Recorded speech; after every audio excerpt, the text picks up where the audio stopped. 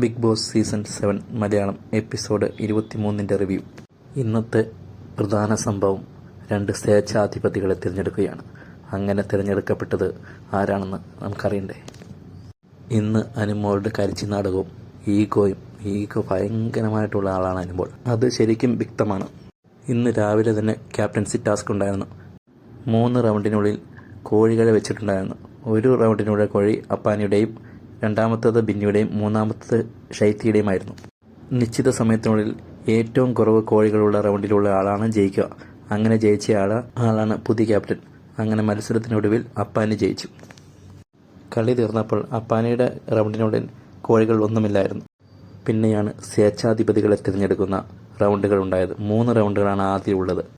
First റൗണ്ടിൽ 6 പേരെയാണ് തിരഞ്ഞെടുക്കേണ്ടത്. ഗാർഡൻ ഏരിയയിൽ ഉള്ള പോഡിയത്തിൽ വന്നു നിന്ന് താനാണ് യോഗ്യനെന്ന് തെളിയിക്കുന്ന രീതിയിൽ സംസാരിക്കണം 3 മിനിറ്റിനുള്ളിൽ. അങ്ങനെ സംസാരിക്കുന്നവരിൽ നിന്ന് എല്ലാവരും കൂടി തിരഞ്ഞെടുക്കപ്പെട്ട 6 പേരാണ് അഭിലാഷ്, ഒണിയൽ, ജിസൈൽ, അനു, ശൈത്യ, നവിൻ എന്നിവർ. നന്നായി സംസാരിച്ച അക്ബറിനെയും അനീഷിനെയൊക്കെ തടഞ്ഞാണ് വോട്ടിങ്ങിലൂടെ ഇവരെ തിരഞ്ഞെടുത്തത്. അടുത്ത റൗണ്ടിൽ ഈ 6 പേരെ 2 ടീമുകളായി തിരിച്ച് 3 പേർ വീതമുള്ള 2 ടീമുകളായി തിരിച്ചു. അഭിലാഷ്, ശൈത്യ, അനുമോൾ എന്നിവർ ഒരു ടീമിലും ഒണിയലും ജിസയിലും നവീനും മറ്റൊരു ടീമിലും. 15 സെക്കൻഡിനുള്ളിൽ സ്വന്തം ടീമിലെ ഒരാളെ പുറത്താക്കണം. അങ്ങനെ പുറത്താക്കിയില്ലെങ്കിൽ ബാക്കിയുള്ള ആളുകൾക്ക് വോട്ട് ചെയ്ത് പുറത്താക്കാനുള്ള അവകാശമുണ്ട് ഒരാളെ. അങ്ങനെ ആരും പുറത്തിറങ്ങാൻ കൂട്ടാക്കിയില്ല. അവസാനം ബാക്കി ടീമിലുള്ളവർ എല്ലാവരും കൂടി ചേർന്ന് വോട്ട് ചെയ്യാൻ തുടങ്ങി. അങ്ങനെ വോട്ട് ചെയ്ത് ഒരു ടീമിൽ നിന്ന് അനുമോളെയും അടുത്ത ടീമിൽ നിന്ന് ഒണിയലെയും പുറത്താക്കി. പുറത്താക്കുന്നവരുടെ ഫോട്ടോ കത്തിക്കാൻ ബിഗ് ബോസ് ആവശ്യപ്പെട്ടു. അങ്ങനെ ആദ്യം ജിസയിലൊക്കെ കൂടി ഒണിയലിൻ്റെ ഫോട്ടോ കത്തിച്ചു. അനുമോളുടെ ഫോട്ടോ കത്തിക്കാൻ തുടങ്ങിയപ്പോൾ അനുമോളുടെ ഒരു ഷോ. ഞാൻ ജീവനോടെ ഇരിക്കുമ്പോൾ എൻ്റെ ഫോട്ടോ കത്തിക്കുന്നത് എനിക്ക് ഭയങ്കര സങ്കടം എന്ന് പറഞ്ഞിട്ട് അനുമോൾ ചുമ്മാ കരയാൻ തുടങ്ങി ആവശ്യമില്ലാതെ. കഴിഞ്ഞ ദിവസങ്ങളിൽ മൊട്ടയടിക്കാൻ വരെ തയ്യാറായെന്ന് പറഞ്ഞ അനുമോളാണ് ഇപ്പോൾ ഒരു ഫോട്ടോ കത്തിക്കുന്ന കാര്യം പറഞ്ഞപ്പോൾ കരയുന്നത്. ബാക്കിയുള്ളവർക്ക് മനുഷ്യത്വമില്ലെന്നാണ് ചോദിക്കുന്ന അനുമോൾ. അപ്പോൾ അവർ പറഞ്ഞു, ബിഗ് ബോസ് പറഞ്ഞിട്ടാണ് ഞങ്ങൾ ചെയ്യുന്നത്. റൂമിൽ പോയി അനുമോളുടെ കരച്ചിലും ഷൈത്തിയുടെ ആശ്വസിപ്പിക്കലും. 3ാമത്തെ റൗണ്ട് വടംവലിയായിരുന്നു. ഒരു സൈഡ് അഭിലാഷും ഷൈത്തിയും, മറു സൈഡിൽ ജിസയിലും നവീനും. ഇതിൽ നവീൻ്റെ ടീമാണ് ജയിച്ചത്. അങ്ങനെ അവർ ബിഗ് ബോസിലെ സ്വേച്ഛാധിപതികളായി മാറി. അടുത്തത് നോമിനേഷനാണ്. നോമിനേഷന് ഒരു പ്രത്യേകതയുണ്ട്. നേരത്തെ നോമിനേഷനിൽ വന്നിട്ടുള്ള ആര്യനൊഴിച്ച് 2 പേരെ സ്വേച്ഛാധിപതികൾക്ക് നേരിട്ട് നോമിനേഷൻ ചെയ്യാം. അങ്ങനെ അവർ നോമിനേഷൻ നടത്തിയവരാണ്. 1 അഭിലാഷ്, 2 ആദില. ഇനി മുതൽ ആദിലയും നൂറയും 2ആയിട്ടാണ്. അതുകൊണ്ട് 2 പേരെയും പ്രത്യേകം നോമിനേഷൻ ചെയ്യുവാണെങ്കിൽ ചെയ്യണമെന്ന് ബിഗ് ബോസ് ആവശ്യപ്പെടുന്നു. മാത്രമല്ല ഈ പ്രാവശ്യം 7 പേർക്ക് മാത്രമേ നോമിനേഷൻ ചെയ്യാൻ പറ്റുകയുള്ളൂ. അങ്ങനെ നോമിനേഷൻ ചെയ്യാൻ തിരഞ്ഞെടുക്കപ്പെടുന്ന 7 പേരെ തിരഞ്ഞെടുക്കേണ്ടത് സ്വേച്ഛാധിപതികളാണ്. സ്വേച്ഛാധിപതികളായ ജിസയിലും നവീനും ചേർന്ന് തിരഞ്ഞെടുത്ത 7 പേരാണ് അനീഷ്, അക്ബർ, ബിന്നി, ഷാനവാസ്, ആര്യൻ, ലീന ഫാത്തിമ എന്നിവർ. ഒണിയലും ഇതിൽ ഉൾപ്പെടുന്നു. ക്യാപ്റ്റൻ അപ്പാനിക്കും തിരഞ്ഞെടുക്കാം. അങ്ങനെ നോമിനേഷനിൽ വന്നവരാണ് 5 വോട്ടുകളുടെ ഒണിയൽ, 4 വോട്ടുകളുടെ നൂറ, 3 വോട്ടുകളുടെ രേണു, 2 വോട്ടുകളുടെ ബിന്നി, കൂടാതെ നേരത്തെ വന്നവരും. അതിനിടയ്ക്ക് ബിഗ് ബോസിന്റെ മറ്റൊരു ട്വിസ്റ്റ്. സ്വേച്ഛാധിപതികൾ തിരഞ്ഞെടുത്ത 7 പേരും അവരുടെ അടിമകളായിരിക്കണമെന്ന് ബിഗ് ബോസ് നിർദ്ദേശിച്ചു. അവിടെ മുതൽ പുതിയ കളികൾ തുടങ്ങിയായി. അനുമോളാണല്ലോ കിച്ചണിലെ മെയിൻ. ആരെയും തൊടാതെ എല്ലാം സ്വയം ചെയ്യുന്ന അനുമോളെയും ആദില, നൂറയെയും രേണുസുദീനെയൊക്കെയാണ് അപ്പാനി കിച്ചണിൽ നിർത്തിയിരിക്കുന്നത്. അവരെ സഹായിക്കാനായിട്ട് തൻ്റെ അടിമയായ ലീന ഫാത്തിമയെ നവീൻ അടുക്കളയിലേക്ക് അയക്കുന്നു.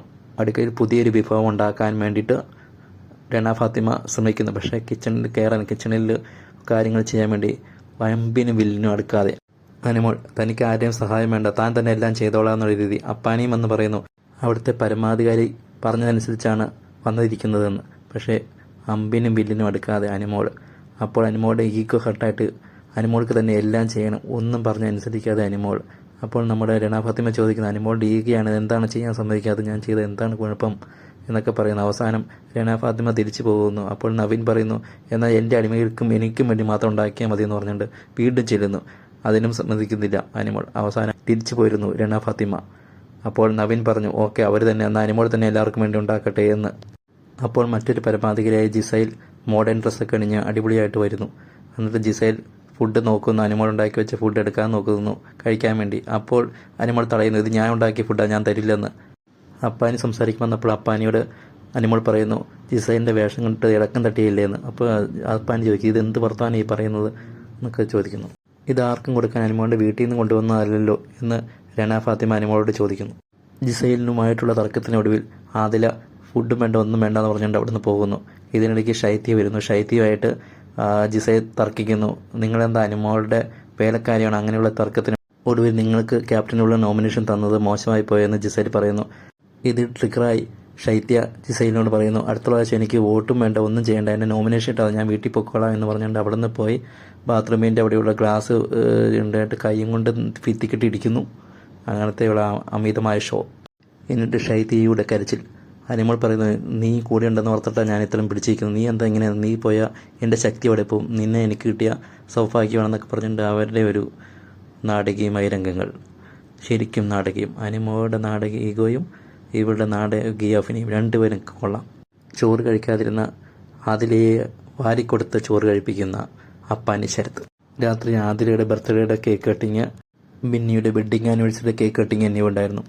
നന്നായി കണ്ടന്റ് തരാൻ കൽപ്പുള്ള നവീനും ജിസയിലും അവിടുത്തെ പരമാധികാരിയായത് വളരെ നന്നായി എന്നാണ് തോന്നുന്നത്.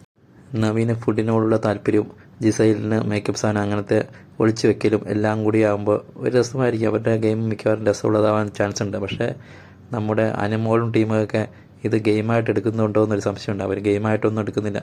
അവർ ഓപ്പോസിറ്റ് ശത്രുക്കളെ പോലെ തന്നെയാണ് അവർ പെരുമാറുന്നത്.